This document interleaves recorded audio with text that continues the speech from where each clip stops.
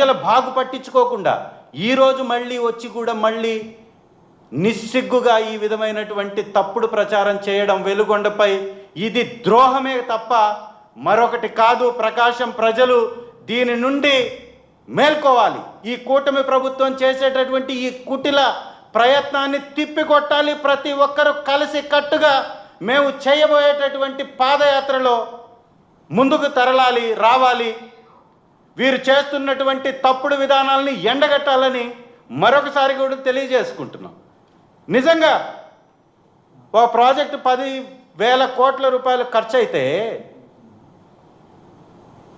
దాదాపుగా 15 సంవత్సరాల క్రితమే 3,000 కోట్లు ఖర్చు చేసినటువంటి ప్రాజెక్టుకి ఆ తర్వాత కంప్లీట్ చేసినటువంటి ప్రభుత్వం పెట్టినటువంటి ఖర్చు ఇవన్నీ ఒక దగ్గర కానీ మనం చేర్చి చూసినట్లయితే చంద్రబాబు నాయుడు గారు వెలుగొండపై ఏ విధంగా దగా చేస్తున్నాడో, ఈ ప్రాంత ప్రజల్ని ఏ విధంగా మోసం చేస్తున్నాడో స్పష్టంగా వారి వ్యవహార సరళిలోనే స్పష్టమవుతుంది. కాబట్టి ఇప్పటికైనా కూటమి నేతలు మొద్దు నిద్ర వీడాలి. మరొకసారి వారందరికీ కూడా ప్రకాశం జిల్లా తెలుగుదేశం పార్టీ ఎమ్మెల్యేలకి మంత్రులకి రిక్వెస్ట్ చేస్తున్నా, మీరు రాజకీయాలను పక్కన పెట్టండి.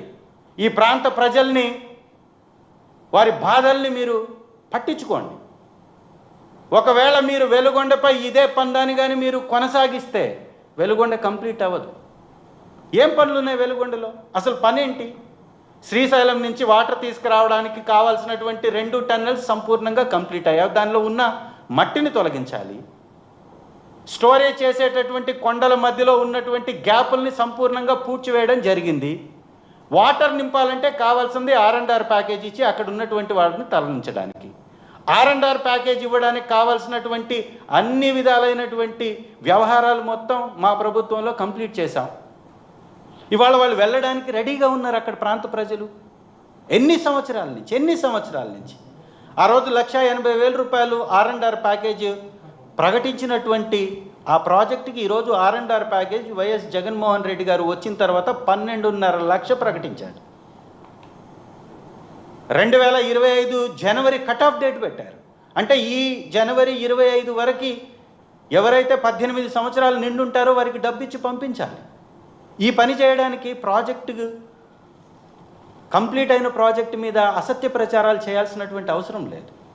నిజంగా మీకు చిత్తశుద్ధి ఉంటే వారిని పక్కకు పంపిస్తే 53 TMCల సామర్థ్యం, సంపూర్ణమైన సామర్థ్యం ఉన్నటువంటి ఈ ప్రాజెక్టుకి మనం నీటిని తీసుకురాగలుగుతాం, తరలించగలుగుతాం. శ్రీశైలంలో వచ్చే 45 రోజుల ఆ పరివాహక వాటర్ని మనం ఇక్కడికి తరలించగలుగుతాం.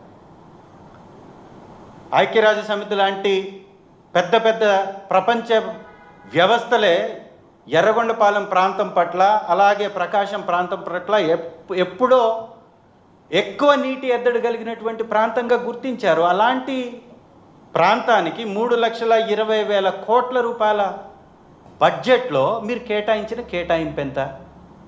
మనకున్నది 26 జిల్లాలు అయితే 26 జిల్లాలో ఒక జిల్లాకి ఎంత కేటాయించాలి?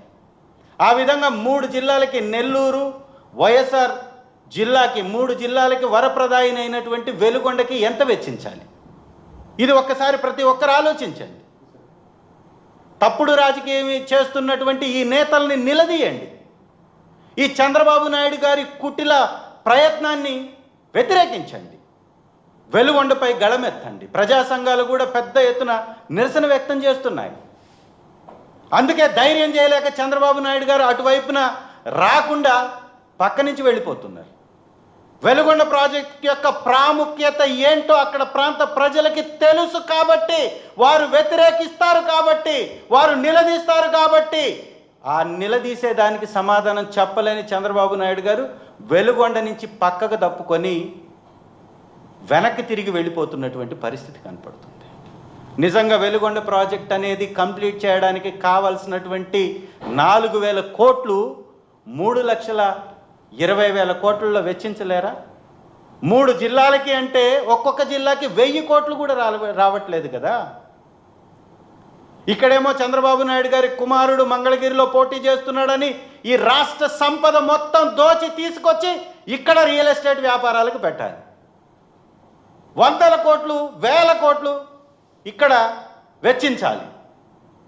గొంతు తడుపుకోవడానికి నీళ్ల కోసం ఎదురు చూసే మాలాంటి పేద జిల్లాలకు మాత్రం ఏమీ చేయరు. ఆస్తులు అమరావతికి, పస్తులు ప్రకాశానికి. అంటే ఇదే పస్తుల్లో మేము బతికేయాలి. ఇదే వీరు చేసేటటువంటి దుర్మార్గపు ప్రచారాలలో ప్రజలు మగ్గిపోవాలి. తెలుగుదేశం నాయకులు, కార్యకర్తలు, తెలుగుదేశంకి ఓట్లేసినటువంటి ప్రజలు కూడా ఆలోచించాలి. 6 హామీలను ఎగ్గొట్టినటువంటి చంద్రబాబు నాయుడు గారు వెలుగొండ మీద చేస్తున్నటువంటి ఈ తప్పుడు ప్రచారాన్ని తిప్పికొట్టండి. అతి త్వరలో వెలుగొండలోని వాస్తవ పరిస్థితుల్ని ఈ రాష్ట్ర ప్రజలకి చూపించబోతున్నాం. ఖచ్చితంగా వెలుగొండ ప్రాజెక్టు కంప్లీట్ అయ్యే వరకు అహర్నిశలు పోరాటం చేస్తూనే ఉంటాం. వైఎస్ఆర్ కాంగ్రెస్ పార్టీ తరఫు నుంచి గళమెత్తి అడుగుతూనే ఉంటాం.